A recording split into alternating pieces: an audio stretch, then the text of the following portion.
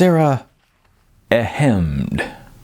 She was trying to get her acting teacher, Coach Bobby's, attention during the chaos before her Wednesday acting class. She was using the time-honored technique of clearing her throat to do so. And she was having absolutely no success.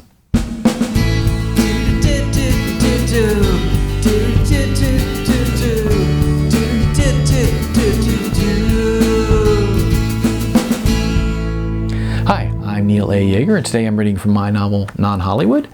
Check out the description for links to where you can find it. This is Chapter 24, Dramatic Female Monologue.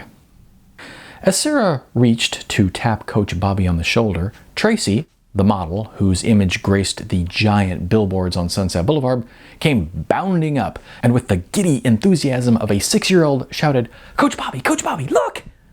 As Coach Bobby turned her way, Tracy held up a 1-inch rounded plastic triangle. Coach Bobby said, "Well, hello, sweetie. What have you got there?" "It's a guitar pick." "So it is. Where did you get it?" "New York," said Tracy. "I was there last week for a modeling shoot, and I met..." And there Tracy held out the guitar pick so that Coach Bobby could see the signature of a famous rock star. "Oh my God!" he shouted. "Yeah, he was super sweet, and he asked me to have lunch with him. Though he didn't really eat much, I guess rock stars don't, and he gave me this." "Oh, I see, it's got his signature on it." "Yeah, they make them for him like that. He doesn't even have to sign them."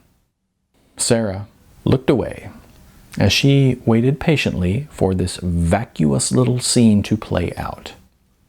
And as she looked away, she noticed something. One of those things that she never liked noticing but couldn't help noticing. She noticed the way that all of the guys in the room were staring at Tracy's bouncing form. The intensity of their gazes, well, all the straight guys anyway, was quite a sight. There was something fascinating about watching the guys watch Tracy, the way that they were so entirely focused on her, the room must have just dropped away for them. The way that they were so obviously, blatantly staring at her. Might as well take a black marker and write lust across their faces because it was that damned obvious. Sarah's initial reaction had been one of disgust. Even though Tracy wasn't a close friend of Sarah's, Tracy was a person, a human being, not an object, not a piece of meat. These guys owed at least the pretense of respect. Then, suddenly, Sarah saw it another way.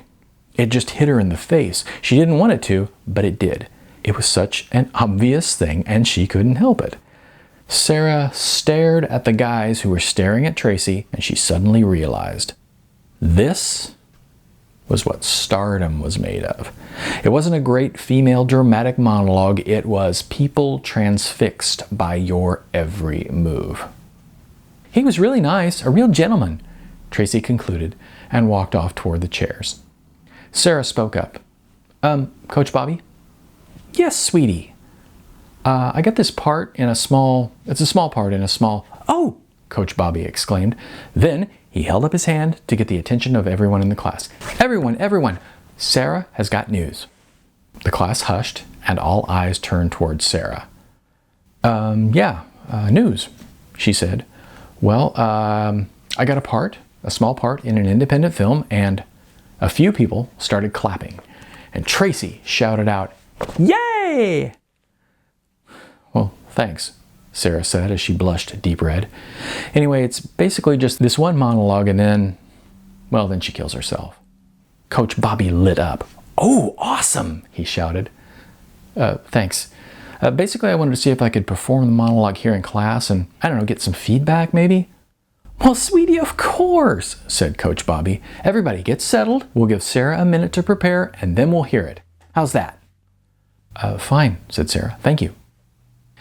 As the class members shuffled into their seats, Sarah studied the sheet of paper which was her monologue.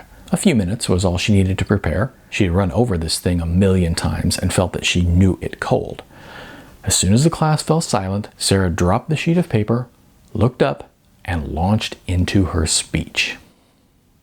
When she finished, Sarah looked out at her audience of classmates. The room was silent. The same type of silence that had come immediately following her audition. The kind of silence that can only mean that she had gotten them. And then they started to clap. They started to stand and they started to cheer. And now it was Sarah's turn to be stunned. She bowed to her classmates and smiled. This felt good. This felt right. This was what being an actor was all about. And yet, she couldn't help noticing how this wasn't the same as what she had seen just a few minutes earlier. They thought she had given a great performance. They were impressed, and Sarah was flattered. Yet, as good as it was, as good as it felt, their praise for her hard work and talent still didn't match the intensity that Tracy had inspired simply by bouncing up and down. Sarah might be a great actress, but Tracy was a star. And Sarah reminded herself not to do that to herself. She relaxed and enjoyed the applause.